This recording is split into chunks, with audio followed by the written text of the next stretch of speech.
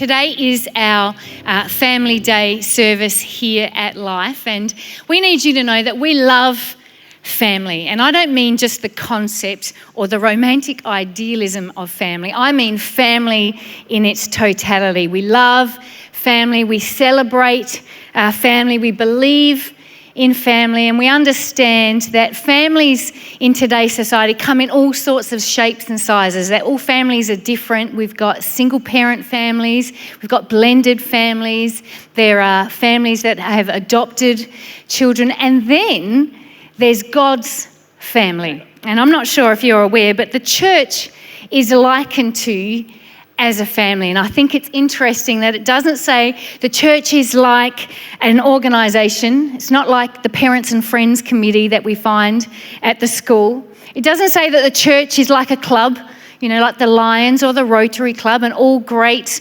opportunities and great things. But the church is not a club. And the church is not an institution. The church is not like university or government that are all bound around a certain idealism. The church is, in fact, a family. Rick Warren says this, that church isn't a place you go to, it's a family you belong to.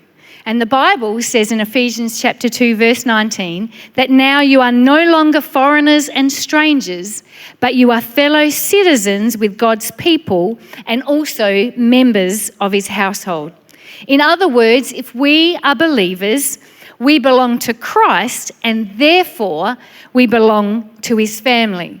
And just like our natural family, we have rights and responsibilities as being members of our natural family, so too when it comes to our spiritual family. We have rights and we have responsibilities. Responsibilities in such like my kids and our family, we've all got chores, we've all got jobs. There's things that we do as being responsibilities, as being part and members of the Rainbow family.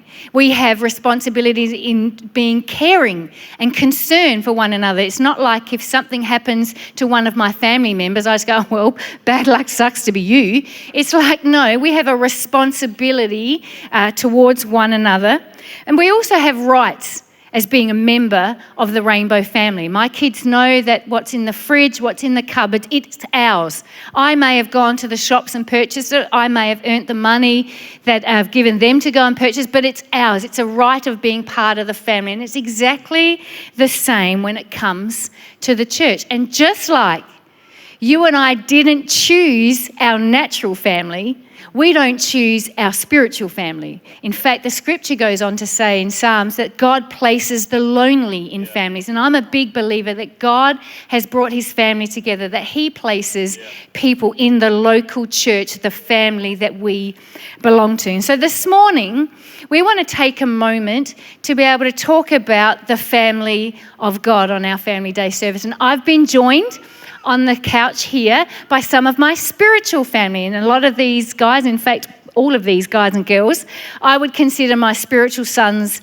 and daughters. They've been here along the journey different times and lengths of times, but I honestly look at each and every one of them as being my kids that God's entrusted to me as part of my spiritual family. And so we're going to talk about some of our experience in being part of the family of God. And what I'm going to do, guys, is actually we'll start on my right and we'll get you to introduce yourself to everyone, maybe tell them who you are, how old you are maybe, I don't know, if you're looking for a partner or so, I don't know, something, and maybe how long you've been coming to Life. So maybe we'll start with you, Dan, because you're not looking for a partner. On this side of the couch, we're all good on the partner side of it, but my name is Dan, and I'm 26, and it's great to see you guys this morning in our Family Day service. I've been coming to Life for 10 years now, which has been incredible. I'm married to Ashari, who performed that skit amazingly, and as you can see, is pregnant, which I'm super excited about because we're going to be having a baby in January. Amazing.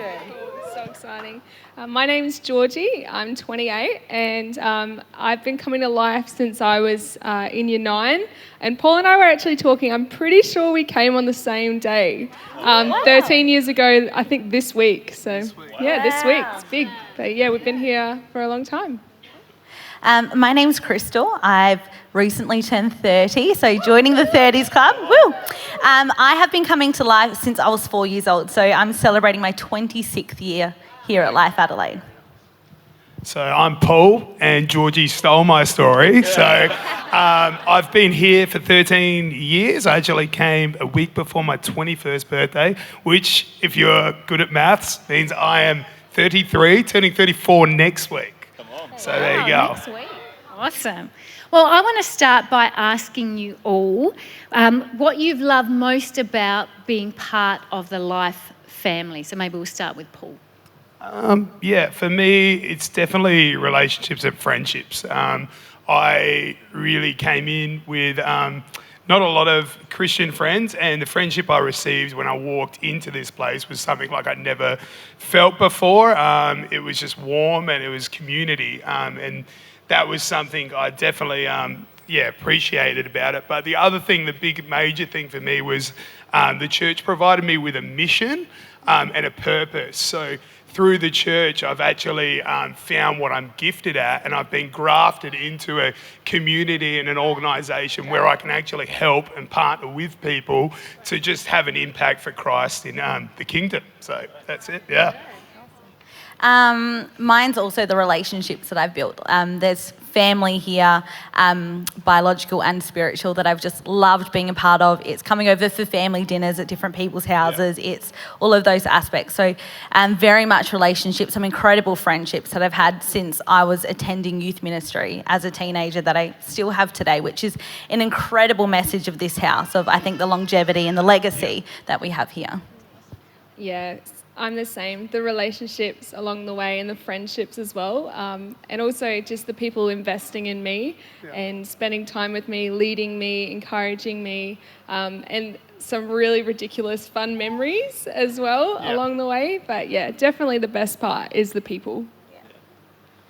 I think in very similar vein, but I think for me it's hearing the stories of so many people. I think when it comes to the church family, you get connected with so many that you potentially would never have met before. And the thing I love is hearing the stories and the testimonies of God's goodness. And it's incredible to me throughout my life how much I've learned, not through me having to necessarily go through it, but just me listening to what other people have walked through and how they've trusted God. And so for me, it's been the relationships, yes, but the stories behind those as well and what led them to that moment.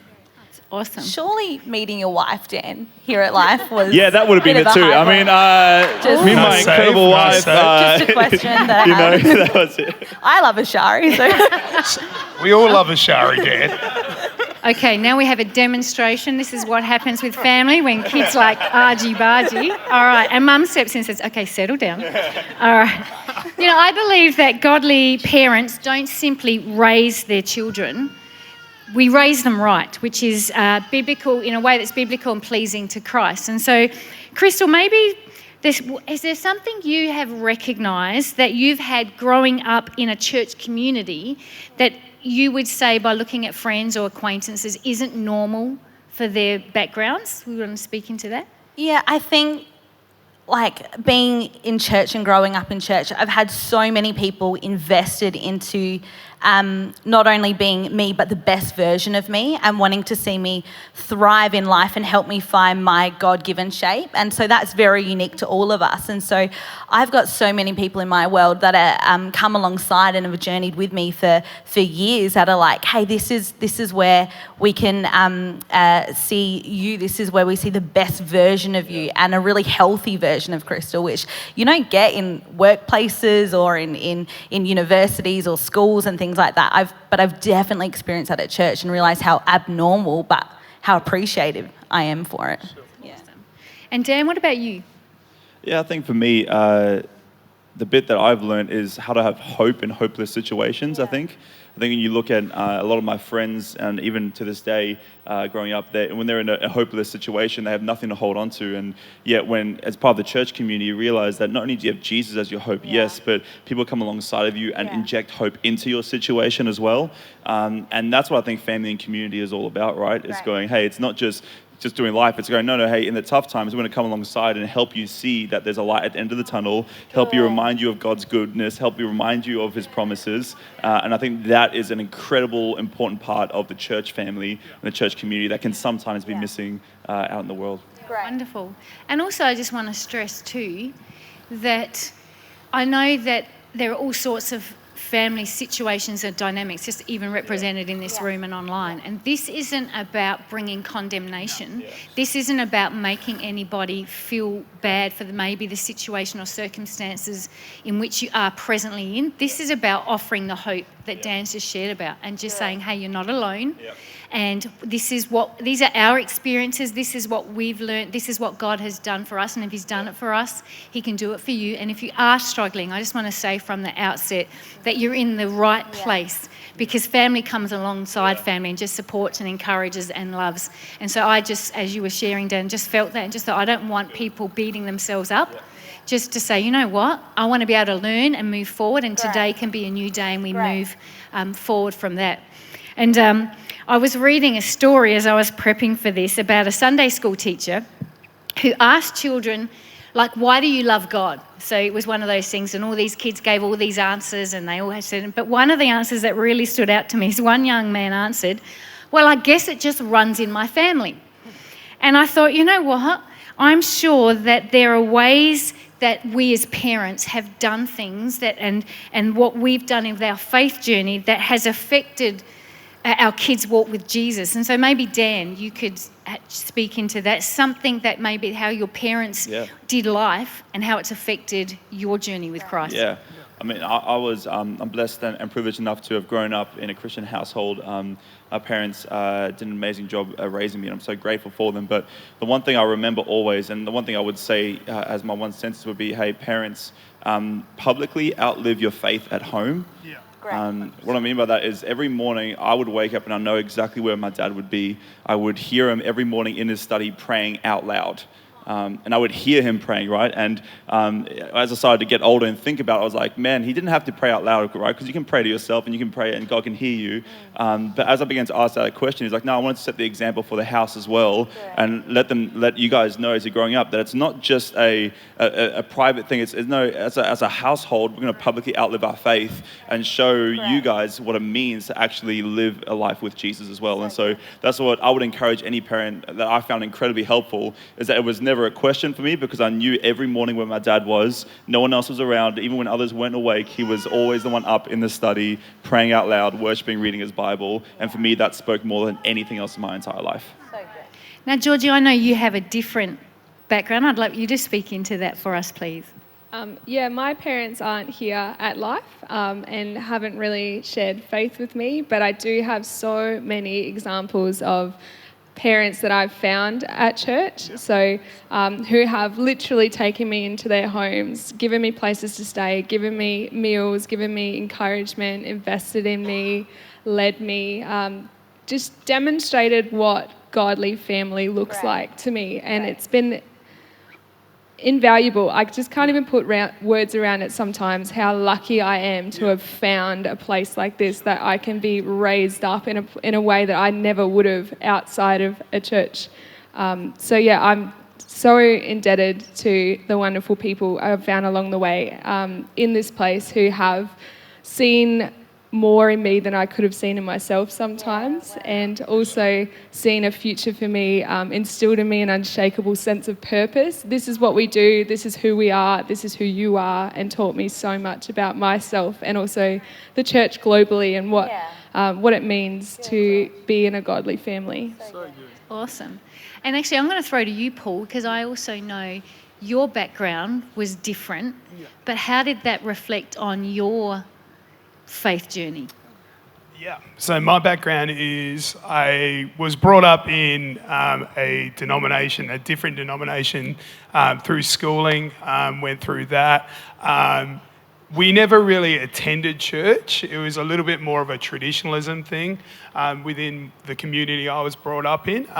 So for me, my parents' faith journey, and I do believe they're still on the faith journey, was a lot of disconnection. We weren't attending church. There was a lot of apathy around faith. It was more something you did to check a box. So for me, that kind of led me to at a certain point in my life where I actually disconnected from faith. I didn't see a purpose for it. I didn't see it as interesting. It wasn't intriguing me. So it was actually a lot like Georgie's story. when I actually came across people in my life who lived an active faith, which I thought we had the same faith, but then I saw that in practice, that was actually what inspired me to actually pursue faith. So yeah, like a lot like Georgie, I've got so many spiritual parents in this place. I've definitely got, it's definitely helped me ignite that flame. So I'd say like, yeah, if you've come from that experience today, that there's something else here and there's something more here. So don't let your traditionalism or your idea of church maybe impact what's happening today in the church. So yeah, that's it. Awesome. So obviously how we live out our faith has an impact on those who are watching and following. And maybe Crystal should talk to us about something that maybe you didn't appreciate in terms of growing up in church, but now you look back and go, oh, actually, thank you. I'm sure there's something. Oh, Crystal. Yes. Look, I like to get up to shenanigans as a kid. I was so creative and so sneaky, and like I'm terrified of having children because they'll do that to me. And so like look, that's my future, I know. It'll be fine, we'll roll with it. But growing up, like there's so many biblical lessons that you're getting taught and learn about that honestly you feel like, yeah, but I know that. But it set me up so well now. So like lessons about like giving and tithing has helped me create some really healthy financial habits.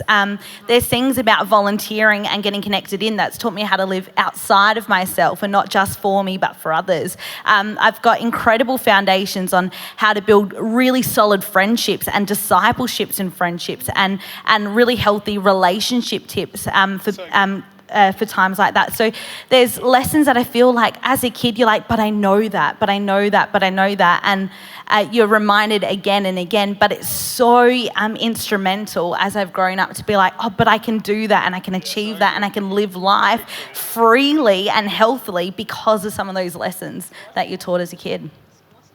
Has anyone else got something that perhaps they're grateful for now that they might not have been in the early days? Yeah, I remember growing up, my parents were incredible and they lead a church in Canberra. And I remember planting that church, and I remember hating planting that church. That makes me sound like a bad Christian, I know, but as a young teenage boy, I didn't quite understand it. But what I'm so grateful now growing up and realizing is my parents' faith journey in the midst of that, and me looking back, I'm like, man, the amount of faith they had to move to somewhere where they knew no one, to actually go and follow what they believe God had on their life. And so in the moment, I didn't understand, but as I encountered more of life, I began to be like, oh, wow, their faith was out working in a very real way, in a way that wasn't necessarily comfortable for them and wasn't necessarily easy for them, but in a way that inspired me later on in my life to be like, man, I want to follow the call of God on my life, wherever that might lead me, whatever it takes in that as well.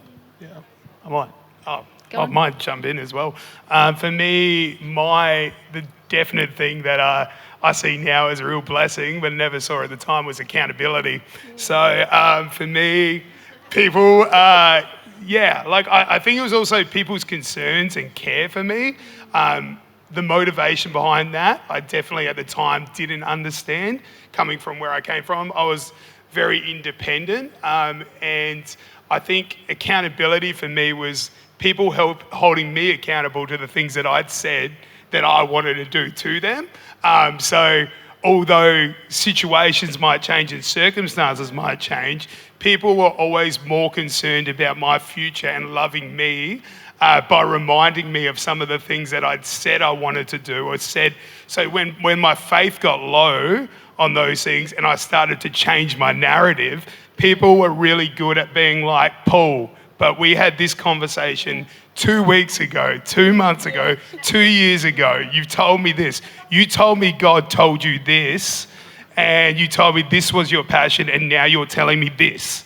They were really good at bringing that to me and holding me account to my own words. It doesn't matter. It doesn't mean that you can't change what you're doing, but it was always like through journeying with Christ, with a conversation, how can we change? Like, how does that change? So for me, at the time, I hated when people would remind me of the things that I said, but it definitely has led me to a place now where I'm seeing some of those things unfold that I might have lost some faith in along the way. Good, very good. You know what? Stats tell us that young adults walk away from church after their teen years. So, Georgie, that hasn't been the case for you. And maybe you could talk to us about what you've done that's helped navigate that and why are you still here? Because people have kept me here. Yeah, a lot of it is to do with the people I surrounded myself with and their unwillingness to let me slip through the cracks, which has been amazing. Being in a connect group, having friends and knowing that even in the days where I didn't feel like going to church, because there were days when I was, transitioning, going through those, teenage hormone days, there were times where I didn't feel like I wanted to go to church, but I did go because I knew that my spiritual parents would be here and they'd be asking where I was. And my friends were here and the people that I surrounded myself with and connected with were here. And I knew that this was where I needed to be. Also, we talk about self-care a lot in our generation. And I think I just knew that being in church was better for me and I felt better being here, and it was something that I knew I needed to do to be the best version of myself. So that kept me here as well, because I was looking around at what my other friends were doing and they would often wake up on a Sunday morning not feeling too great, and I knew that being in church was a good move for me and it would make me feel good and it would set me up for a win. So that kept me here. Awesome. Crystal, what's held you through those transition years? I think it's just knowing, like, I'm living a life outside of myself. I think, especially the generation that I'm in, it's a very entitled, self-focused one, which I think a self-focus isn't necessarily always a bad thing, but it can lead to bad things, I think. So for me, I think being part of church is knowing that I'm living in a community of people that are it's so much bigger than me. And so I get benefited by being in this community, but I also know I'm a benefit to others by being a part of this community and actively being a part of it. So, yeah, I think that, yeah. What about you, Paul? Well, in my experience, because I didn't grow up in the church in my formative teenage years, and experiencing what I experienced in some of the cold, cruel world that we could otherwise live in. For me, what I have noticed in people that do walk away is a complacency for what we actually have as a church. So for me, that was never really an issue because I'd experienced all that. Once I walked in the door, I kind of valued that. Yeah. So I would just say to anyone who, potentially is like, imagining a life outside of this experience and how that might like and the positives of that. It's also just not being complacent with the things that you have. So for me, that was definitely a big thing. And I think the other thing for me was when I had issues and when I had problems, you got to speak up. So you got to voice up. So for me, I would, for better or worse, I'm a little bit of a guy that will tell people how I feel. So for me, when I had issues, I couldn't reserve that and keep that silent. And a lot of the times I'd have an option A and an option B in my head of what the answer would be, and people would present me with the godly option C. So for me, which I hadn't considered, so for me, I think, definitely speaking up. If you've got issue, if you've got problems, if you're struggling with something, if you are struggling with that, trust someone to tell them. Come to a leader, come to anyone, but speak. Don't just leave. So for me, there's always revelation to be found in community, and someone's always got more wisdom. And people have been where you are as well. So just trust your community in that. Great. It's awesome. Come on, I think we need to put our hands together for that. It's good. There's a difference between people who walk away from church and those of us who can be in church but actually still be far away. You know what I mean? So we can be here, but just because we're going through the motions doesn't mean that we're actually still passionate about God, passionate about things. It can be, as Paul said, ticking the box. So maybe I'll just ask you, Dan, how have you stayed connected and committed to the church? And it's not just I come and tick a box. Yeah, that's a great question. I think the first part of my answer would be that I I try and stay committed to the word and prayer first, and not the church first, if that makes sense. Because the Bible talks about how if you love Jesus, you'll love his bride, which is the church, right? And so often it's not actually me staying committed to the church. I often question how's my commitment to the word, to prayer, and my relationship with Jesus first. Because often that relationship is outworked in my relationship with the church. And so what I would say to anyone going, man, how do I stay committed in that? I would say, don't focus on being committed in that. Be focused on being committed to Jesus and living a life that follows him each and every day. Because then when you do that, it's outworked in that anyways. It's not, you got to get it the right way around. Whereas sometimes if we make it about, I want to stay committed to church, we make it about the doing and we forget the reason why we're doing it in the first place. And I have found in my life that when I go back to my why, it fuels me so much more for the what. And that is the most important part. And so for those out there, I would say, hey, think about the last time you spent some time with Jesus by yourself. And when was it, right? And go, when was the last time you opened the word and said, man, I just want to feed and fuel myself with the word of God. I want to spend some time in prayer and pray for those in my life who need help and actually do that stuff, because then that builds your heart, builds your purpose, and as a result, you're committed to the church anyways. And so just identify what it actually is, not just a surface level issue. We hear Pastor Tony say it all the time, find the root, and I often find the root isn't what I first see, it's the next question and the next question after that that leads me to it. So I would say stay committed to the word, stay committed to prayer, stay committed to Jesus, and as a result, you will end up staying committed to the church. I think as well, thanks, Dan. I think growing up in church, we often come, like, 'cause our parents are driving us there, or like your friends are there and you're hanging out, and it becomes more part of the motions essentially. And I think when you can cross over from, I go because my family, like, literally makes me get out of bed, get dressed and go to church, and then I go to youth because my friends are there, and then I start transitioning to this moment, no, I go because I've got my own personal relationship with God. It's such a game changer. And so I think for myself, in those moments where sometimes your own faith journey, you know, you're in some tough times or you're having some questions, for me, I don't let feelings dictate choices. So I don't go, do I feel like going to church, and ask myself that question. I'm like, no, I'm going to church. That's something that I've already decided. My commitment will carry through with that, because I want to be a woman that's true to a word and true to what I've committed myself to. So it's not, do I feel like going to church today? Or I've had a big week, do I want to go? It's more, hey, no, I'm going to go because I'm committed to go. I've got my own personal relationship with Jesus. And like any relationships, you spend time with people. And so coming to church is part of how I spend time with God and his family too. I might just add as well, something that I've found really helps me with staying connected to church is serving, because it really helps me shift the focus about, you know, church is for me, and if I go, then I'm getting something out of it, to like, there's people in this building who need me to do things, and I have a higher purpose bigger than myself, and serving really helps to shift my focus from that. So I've done a lot of things over the years, kids, coffee, cafe, youth, welcome,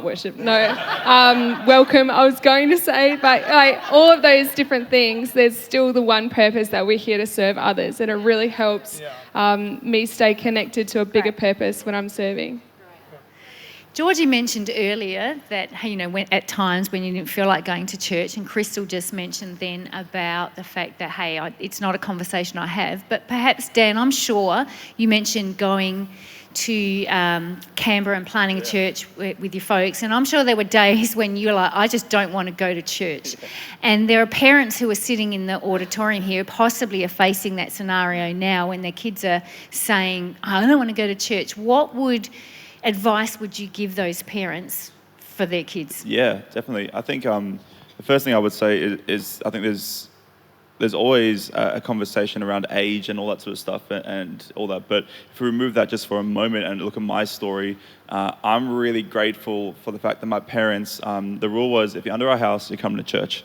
And they always made that clear, right? And even for me growing up, even in seasons where I didn't want to go and I was going through stuff or whatever it might be, what it built in me is that I never questioned if God was real. That wasn't my question, right? My question wasn't, is God real, right? I kind of knew it, but it was just in the moments where I didn't want to go and I didn't want to, it was my feelings, as Crystal was talking about, or, what I was stuck in, as part of my testimony, just the things I was doing and the shame that was caught up in that, that I wanted to isolate myself from the church and from God and all that sort of stuff. I'm so grateful that my parents didn't let me make the decision for myself when I couldn't.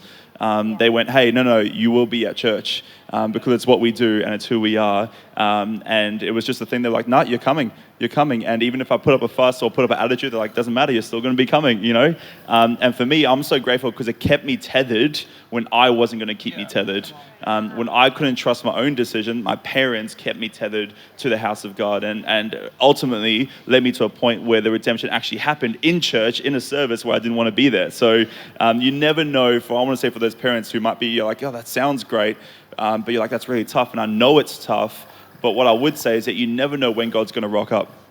You never know when that moment's going to be. You never know what's going to happen. You never know what he's got planned. And so don't say no for God in a moment that he actually might be having for your kid. So I would say make the decision for them. And, that's speaking of my story and what I've experienced as well. Yeah. Awesome. I was just thinking, Crystal, you said in the start that you've been coming for 26 years. Crazy. So I'm sure there were times you didn't want to come to church. What would you say to parents? I think how you live your life and how you talk about church says volumes. I'm someone where I'll pick up on a lot of that stuff. Like, I've not chosen to follow certain career paths because of how someone's talked about it. Like, man, I had a huge day at work. Like, I'm just frustrated. I can't get past this, or like it does my head in. And man, the way they talk about it, I'm like, that sounds like the grossest career in the world. Like, honestly. And so I think for church it's a bit the same. So I think how we're verbally talking about it says a lot. And so I think where kids are seeing parents modelling a life where it's showing there's a benefit, where they're showing they're enthusiastic, where they're showing that what it's like to be a part of it in a really healthy way, I think that says volumes without you necessarily saying anything directly about it. And I think as well, like for people that are highly involved or have lots of things, I think it's also separating the church piece from some of those other frustrations. I think that can go really, really far.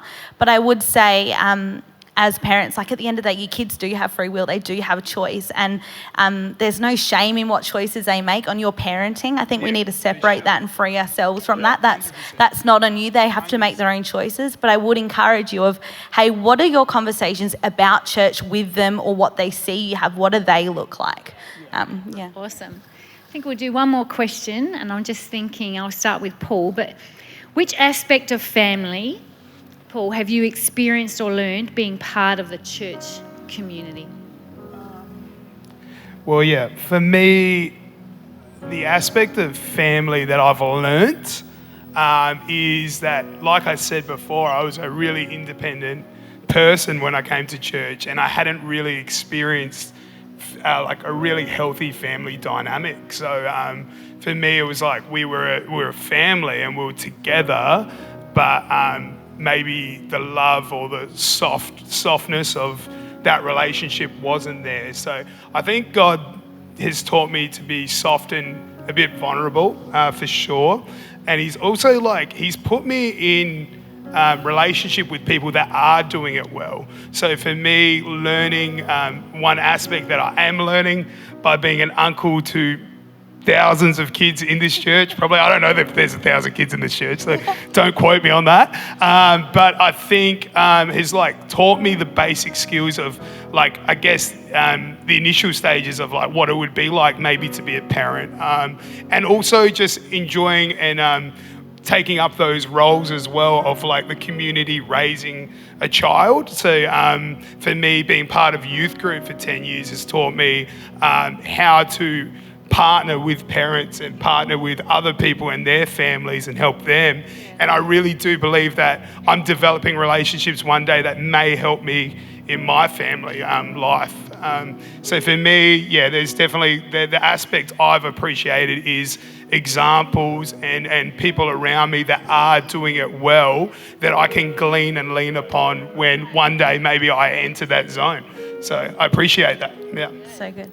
I'm someone that grew up in a divorced home and a very messy divorced home. So I was a kid that was dropped off at like a police station and picked up by the other parent and then dropped back off. And so I had a lot of change and chaos in some of my upbringing. So church for me provided a present and a stability and reliability that I was struggling to find elsewhere. So for me, it doesn't necessarily say that those family homes couldn't always provide that, but there were just times where I really struggled through that. And so for me, I had people at church that were present for me. There were people that I could call and be like, hey, I've had a really hard day today. Hey, this is what it's like at one of my parents' house. I just need some help. I need someone to talk to.